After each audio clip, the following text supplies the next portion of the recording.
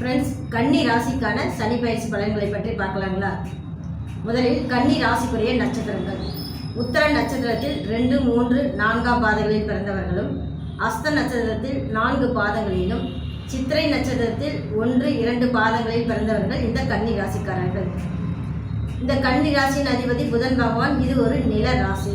இவர்களின் குணம் எப்படி இருக்கும்னா, சத்திய வாக்கு உடையவர்கள், அதாவது கொடுத்த வாக்கை காப்பாற்றக்கூடியவர்களாக இருப்பார்கள்.